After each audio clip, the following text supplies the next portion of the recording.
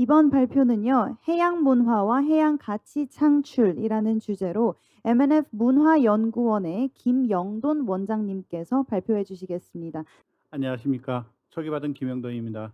저는 해외 마리나 개발을 통해서 해양 가치를 어떻게 창출해 내는지에 대한 실사례를 말씀드리도록 하겠습니다.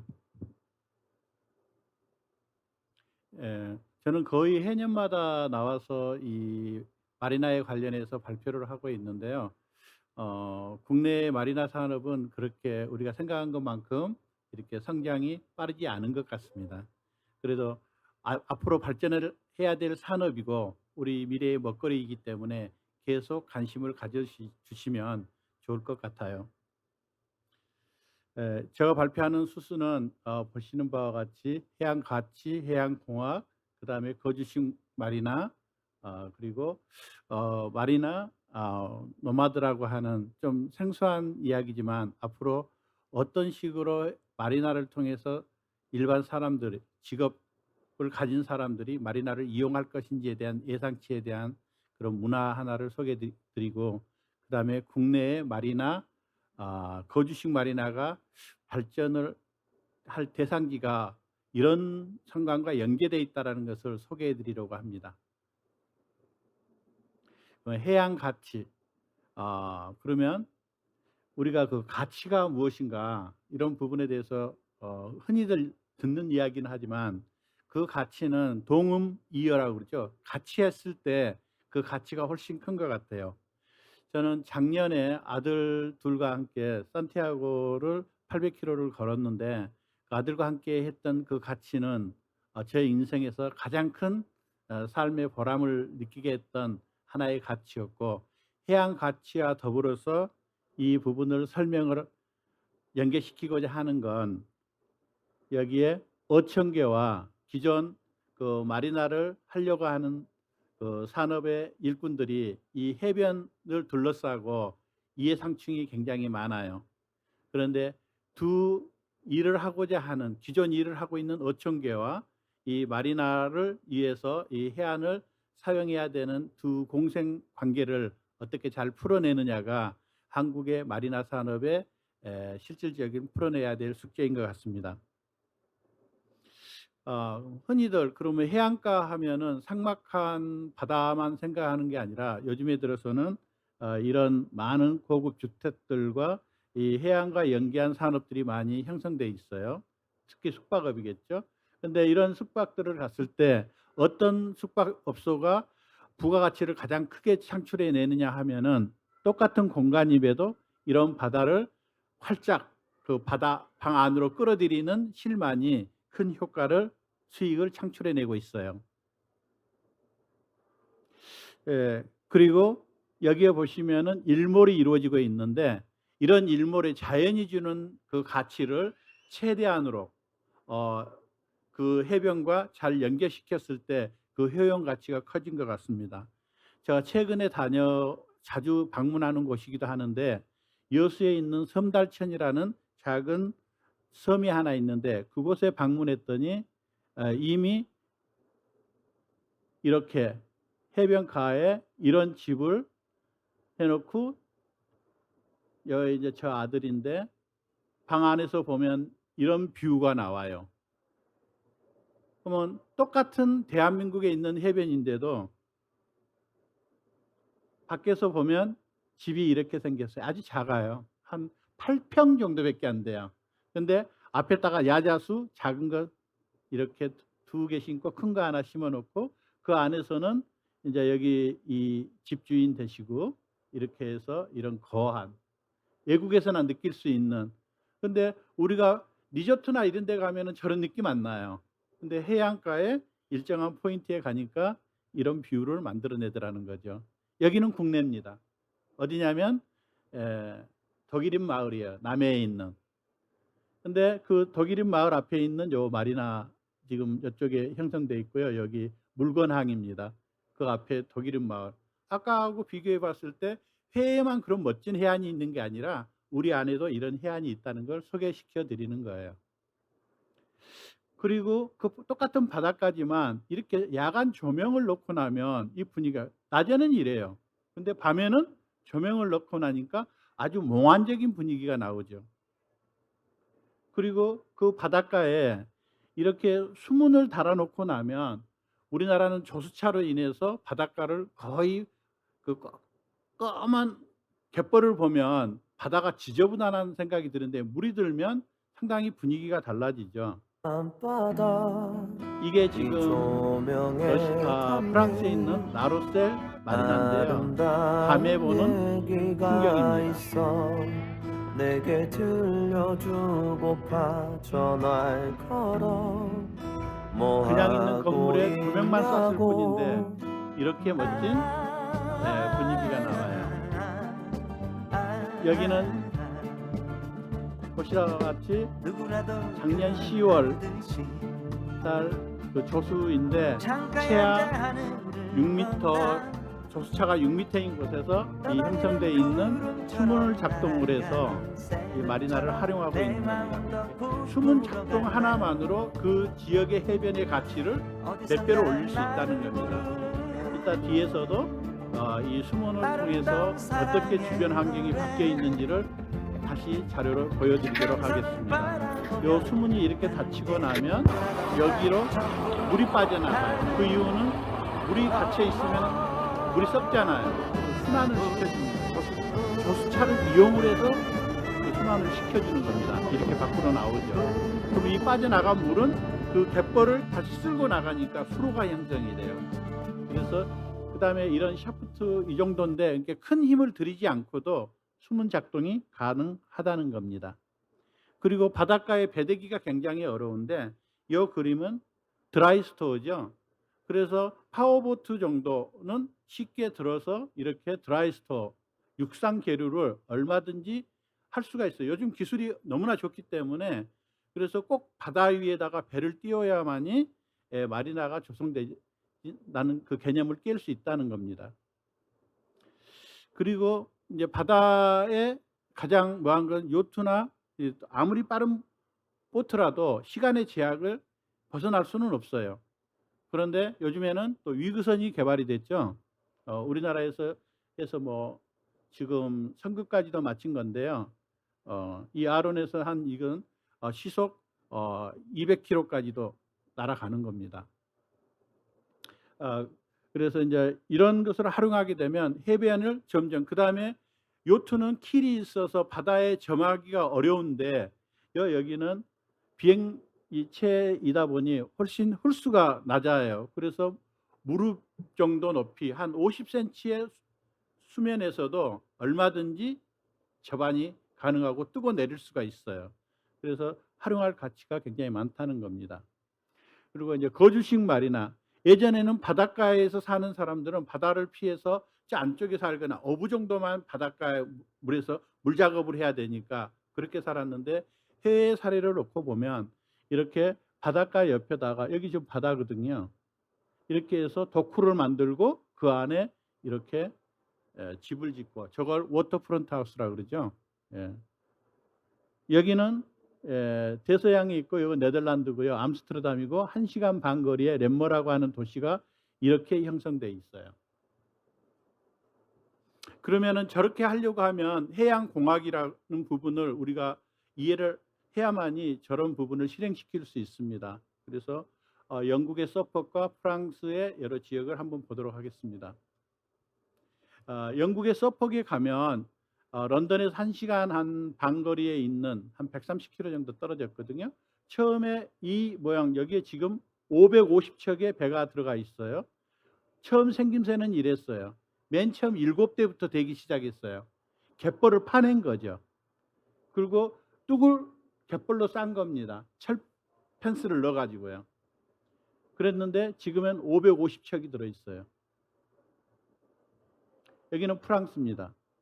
여기에 프랑스인데 지중해거든요. 여기에 해변들을 보면 여자 어린아이의 입술처럼 아주 해변이 얇아요. 그런데 여기가 해변을 보면은 무슨 아프리카 몬도간의 아줌마 입술처럼 푹 튀어나왔어요. 그러면 여기 있는 해변은 요거의 지금 한 60년 정도 쌓인 해빈입니다. 여기에서 해류에 밀려와서 여기에 쌓인 거예요. 지금은 이제 밀려 나가죠. 처음에는 요만큼 쌓다가 여기에서 더 요거 밀려 나오면은 요 안으로 들어오면은 여기 막히니까 여기를 점점 쌓아서 늘리는 거예요. 그럼 이 정도 되면은 여기 이제 흘러 나가 버리죠. 그래서 원래는 여기도 이런 식으로 됐었어요. 이런 식으로. 그런데 여기를 파서 거주식 마리나 만들고 이렇게 형성된 겁니다. 해양 공학이죠. 지속 가능하게 안에 준설하지 않고 계속 할 수 있게끔 자연의 그 환경을 최대한 활용한 겁니다. 이게 이 방파제와 같은 제방을 쌓아서 이 해류에 실려오는 모래를 갖다가 막아낸 거죠. 그리고 이미 들어와 있는 준설해야 될 것들은 이제 안에서 이렇게 하고 있고, 여기는 지금 영국의 브라이턴에 있는 마리나 항내에 지금 준설 작업하고 있는 걸 찍어 놓은 겁니다. 그러면은 저수차를 이용을 해서 마리나를 지금 운영하고 있는 사례를 한번 보겠습니다. 여기는 프랑스인데요. 여기는 대서양이에요. 여기에 보면은 이렇게 지금 여기 우리 지금 경기도죠. 인천이 한 저수차가 많을 때가 한 9m 정도 나와요. 근데 아마 지금 새만금 그쪽으로 내려가면 한 6m, 5m 정도 될 겁니다. 그 밑에 있는 지점과 거의 비슷한 건데, 라로셀이라고 하는 이 지역에는 여기는 분명 갯벌인데 여기에 지금 마리나가 들어있죠. 여기도 보면은 지금 갯벌인데 여기 뭔가가 있어요. 그래서 갯벌 상태를 항공사진으로 보아니 이렇게 돼 있는데 반대편도 이랬겠죠. 이런 상태였는데 이렇게 지금 여기에 들어있는 요트가 한 3,000척 이상 되는 겁니다. 이 안에 있는 것만. 그런데 안으로 좀 돌아가다 보니까 여기에는 물이 들어있네요. 물이 다 빠졌는데, 그래서 이건 지금 도크를 사용한 거죠. 그래서 아까 섬이 있던 그곳에 어촌 마을인데 여기는 지금 물이 빠져서 있는데 여기 도크를 해놓으니까 여기 물에 들어있고 여기에 이제 지금 배들이 정박돼 있네요. 여기는 보아니 여기도 많은 세일 요트들이 있어요. 근데 밑을 보니까 킬이 2개네요. 킬을 2개를 세워서 패러독스 역발상으로 이 해변을 활용하고 있는 거예요. 그리고 이 킬 밑을 봤더니 하나 있는 것도 있는데 서 있네요. 여기 폴대를 세워놓은 겁니다. 여기 하나 있고 이쪽에 하나 있죠. 그리고 이것은 기존 이제 킬을 둘로 나눠 놓은 거고요. 여기는 강이죠. 강이 있는데 여기 지금 빨갛게 점점점 있는 거 묘박을 시켜 놓은 건데요. 여기도 지금 묘박이 한 300m 정도 돼 있고 강에다가 저수차는 그대로 이용을 하되 자연을 그대로 환경에 순응해서 마리나로 활용하고 있다는 겁니다. 그러면은 실제 영국의 그 실 영상들을 한번 보도록 하겠습니다. 처음에는 여기도 드로잉으로 이렇게 만들어 계획을 했었고, 이 기수역에다가 2005년 지금으로부터 한 17년 전에 완공을 한 겁니다. 17년 전부터 한 550척이 지금 들어 있는 거죠. 제가 현장 가서 이제 찍었던 건데요. 여기 조수차표 나오죠. 사우부터 예전에 갯벌이죠. 거기를 파서 이렇게. 그러면 안에 지금 항내는 이렇게 형성되어 있고요. 그 처음에 거기 마리나 방문했을 때 디렉터이고요. 여기에 지금 이렇게 거치는 장소와 이 요트 상하기 기존 있고, 지금 이 배들이 실제 이 운항하고 있는 이 배가 지금 빠져나가고 있는 거예요. 그 가세는 엄청난 시설한 게 아니에요. 있는 그대로를 놔두고 하는 거니까. 우리가 마리나 항만을 만들면 많은 돈이 비용이 든다 하는데 자연을 최대한 있는 그대로를 활용하는 거고요. 이게 수시로 펌핑해내는, 마침내 펌핑해내는 거의 움직이거든요. 파이프 라인을 타고 펌핑하는 것이 위치로 나가는 거예요. 좀 다음 그림은 여기 막힐 거예요. 왜냐하면 여기를 또 펌핑을 해줘야 되니까 막혀 있죠. 그리고 요거는 이런 배들이 와서 밀어서 이렇게 하는 거예요. 파이프 라인을 타고 가는 겁니다.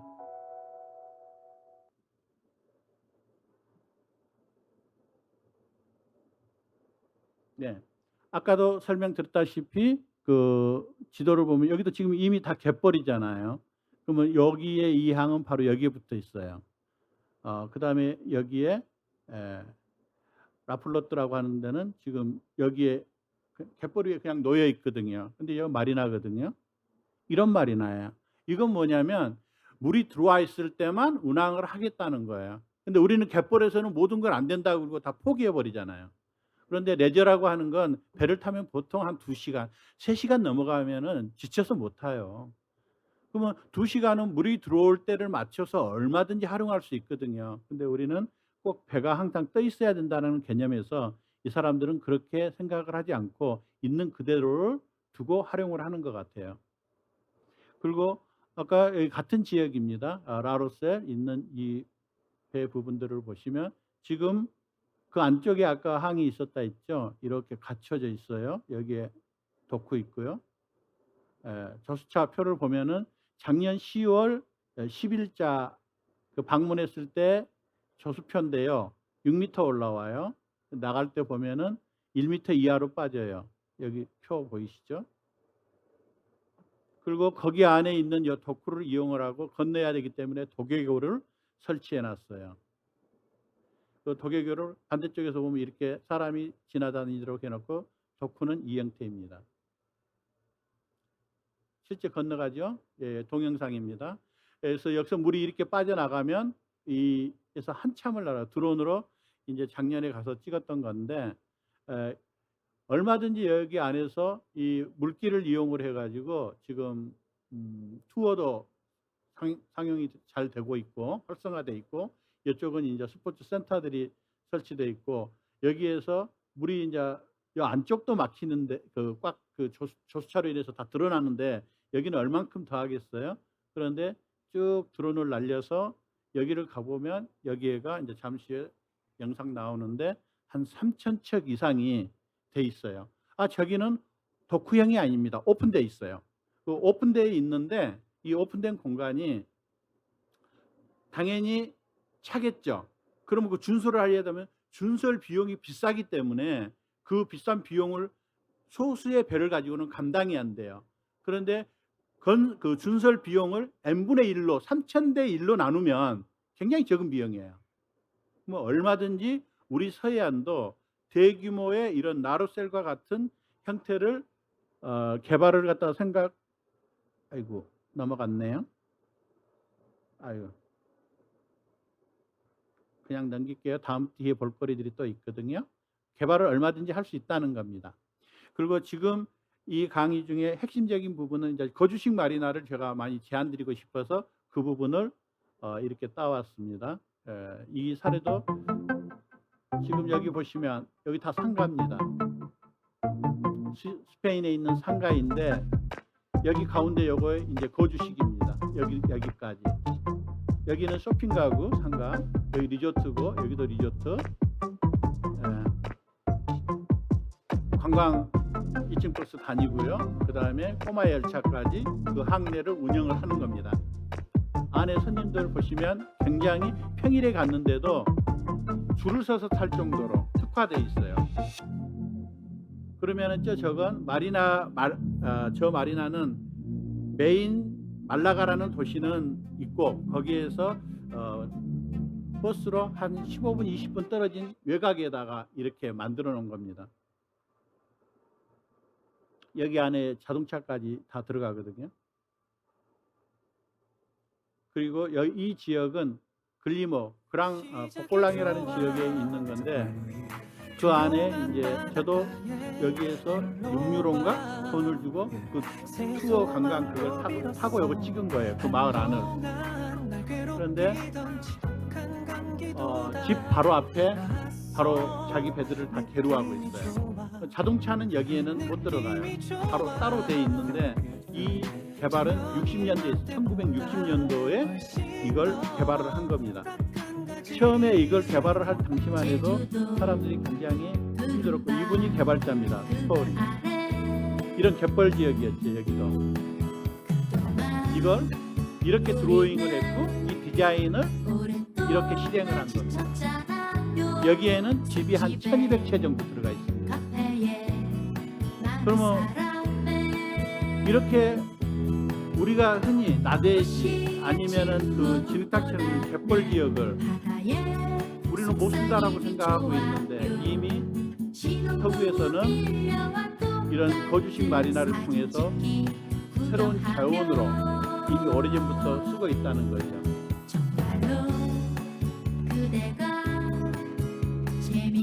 여기 이제 주차장입니다. 이쪽이요. 이 사람들의 배를 세대한. 그리고 여기 개발을 3단계로 나눠서 해줬어요. 여기가 그렇고 이쪽은 지금 이제 다른 거죠. 바로 건너편. 여기는 공공마리나입니다. 여기 리조트식으로 들어와 있고 이게 먼저 저쪽 반대쪽을 개인 사업자가 했고 이쪽은 공공마리나로 그 뒤에 다시 개발을 한 겁니다.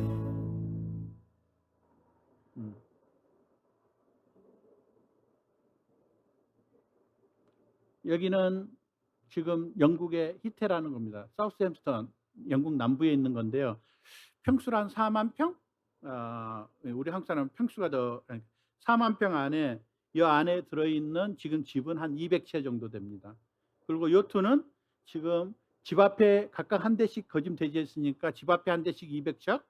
그 다음에 여기 밖에 지금 이 마리나에 이렇게 대지해 있는 거에 197척이 대지해 있다고 그러더라고요.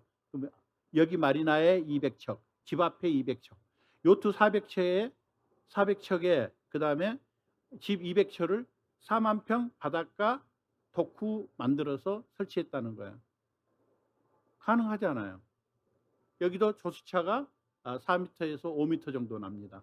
그러면은 군산 새만금 정도 밑으로는 다 이런 걸 가능하다는 겁니다. 영국의 사우스햄프턴 히테 마리나입니다. 그리고 여기는 사우스햄프턴 바로 옆에 포츠머스라고 하는 곳인데 조수차가 나버리니까 나중에 들어오는 배들을 위해서 장교를 깔아놨어요.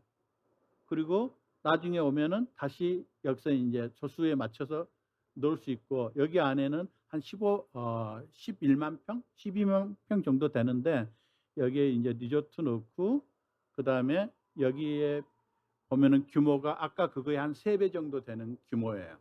상가도 들어가 있고 배 척수도 놓고 보시면 엄청 크죠. 그리고 여기가 식당가이고요. 요거 레지던스, 장기 숙소 이렇게 임대해 주는 곳입니다. 여기에 이제 워터프론트 하우스 들어 있고요. 그러면 저건 뭐냐면 일반 매립지에 도쿠 하나 설치해서 이렇게 했을 때 새로운 해양 문화를 만들어낼 수 있고 해안의 그 가치 그냥 놔두면은 그 해안가에서 할 게 뭐가 있겠어요. 그런데 이런 식으로 거주식 마리나로 개발을 했을 때는 상당한 부가가치를 창출해낼 수 있고 다음에 이제 제가 이따 노마드 마리나 노마드를 이야기할 때 생소한 말씀입니다. 디지털 노마드는 가끔 들어봤을 거예요. 노마드는 이제 유명민인데 이따 다시 설명 한번 드릴게요. 해서 놓고 보면 이렇게 대도시와 원래 마을과 이 대도시의 이 큰 도로가 지나가기 때문에 그쪽 해안가는 거의 다 불모지나 다름없이 방치되거든요. 근데 그 땅을 별도로 구분을 해서 거주식 마리나를 만들고 나니까 엄청난 상권이 일어나는 거예요.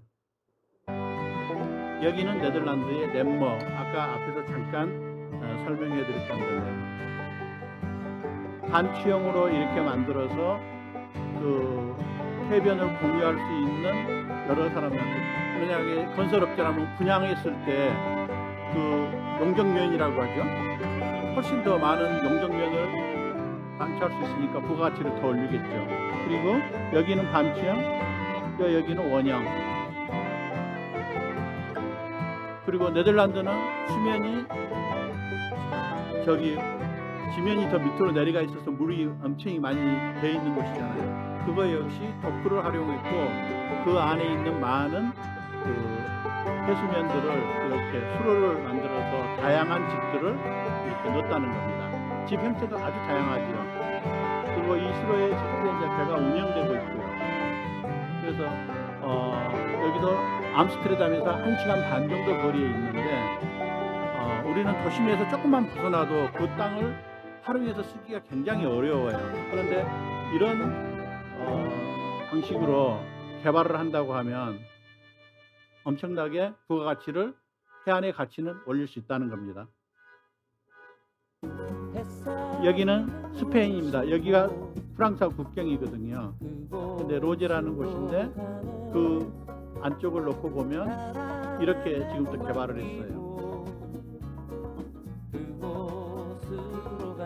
이날 갈 때가 비가 좀 와가지고요, 좀 화면이 약간 흐려요. 그런데 놓고 보면 아까 이 앞전에는 개인주택 위주로 이렇게 개발이 돼 있다면 여기는 보면은 상당 부분 큰 건물들이 이렇게 들어 있어요. 그래서 이 국경 지방이면 대체로 사람들이 적게 사는데 오히려 여기를 개발을 해서 북유럽에 있는 사람들이나 대도시에 있는 사람들의 휴양지, 그다음에 장기 세컨하우스로 이렇게 굉장히 화랑을 하고 있었어요. 이 로제 바로 옆에가 또 이것보다 3배나 더 큰 똑같은 단지가 있어요.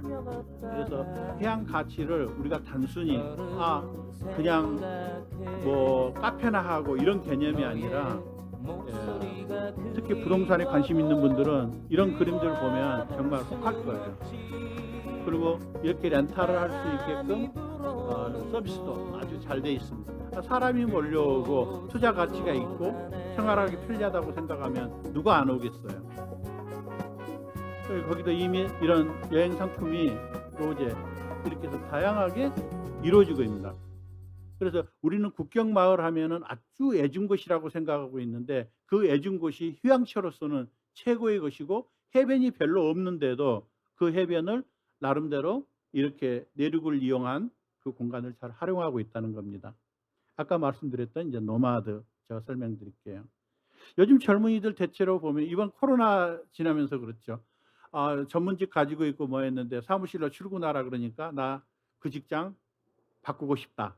나 집에서도 잘하고 있는데 왜 나오라냐.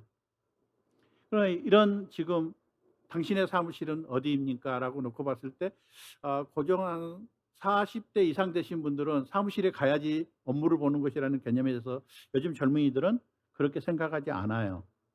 그래서 대표적으로 2016년입니다. 지금으로부터 한 17년 전 정도 되네요.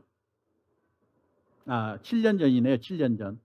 여기에 미찌 스미토모라고 하는 일본 은행이에요. 그래서 18,000명이나 되는 직원들한테 재택근무하라고 하는 거야. 그리고 주 3일만 나오라고 하는 거예요. 그런데 재택근무하는 조건이 계속 사무실 안 나와도 된다라고 하는 거예요. 이렇게 집에서 애 보는 여직원 사무실 나오지 말라는 거예요. 부모님을 보양해야 되는 그 직원 나오지 말라는 거예요. 그냥 집에서 근무하라는 거예요. 왜? 경력직을 갖다가 나는 애를 보기 위해서 전업집으로 전환한다 그러면 그 직원이 보유하고 있던 고객들이 다 떨어져 나가니까 집에서 그 고객들을 그대로 유치하고 애가 다 클 때까지 하라는 거예요. 그러면은 이 은행 업주 입장에서는 어떤 효과가 있냐면, 이런 10층짜리 빌딩에 10,000명을 넣었다고 놓고 봤는데 반만 나오라고 하는 거잖아요. 5일째에서 3일만 나오라는 식으로. 그러다 보니까 5층이 비어요. 그죠? 그럼 5층 임대 내주면 임대 수익이 들어오잖아요. 그런데 더 발상이 바뀐 건 뭐냐면, 반만 나오라고 했더니 다른 지역에서 근무하는 사람들이 근무 조건이 좋잖아요. 나 거기 갈래 그러고 옮겨오는 거예요. 여기 있는 사람들은 내가 그 수익만 지금 매달 100의 고객을 유치해 줬는데 집에 앉아서도 100만 유치하면 안 자른다는 소리잖아요. 그러니까 애 보면서 나 얼마든지 기존 있는 고객 유지시킬 수 있어 했는데, 매일 출근하고 있는 다른 쪽 사무실에 있는 사람들이 내가 거기 가서 나도 반만 출근하고 그 돈 받을래 그러고 오니까 더 좋아지고 사무실 임대료 운영비 안 나가고 업주가 더 몰려오는 효과가 있다는 거죠.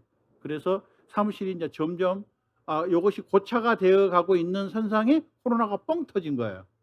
그래갖고 이제 다 나오지 마 그랬잖아요. 코로나로 다 나오지 마. 그리고 이제 빈 사무실이 점점 많아지니까 이런 간판은 지금 길가에서 역세권이 아니고서는 흔히 보이는 이제 풍경입니다. 그래서 디지털 노마드, 컴퓨터만 가지고 있으면 업무가 어느 곳을 가나 다 가능하죠. 노마드는 유목민이고요. 디지털은 컴퓨터를 들면 당연히 놀기 좋고 환경 좋은 마리나로 올 수 있겠죠. 그러면은 이 사람들은 꼭 자연 어느 곳에 가서도 자기 일에 몫은 다 한다는 거예요. 뭐 그런 말이나 노마드족이 당연히 생길 수밖에 없겠죠. 그러면 이제 적지입니다. 국내 어느 적지들이 있을까 놓고 봤을 때 여수 궤도가 조금 제가 본 견해로서는 이렇게 생겼어요. 여기가 농지인데 매립에 농지인데 까뭇까뭇하잖아요.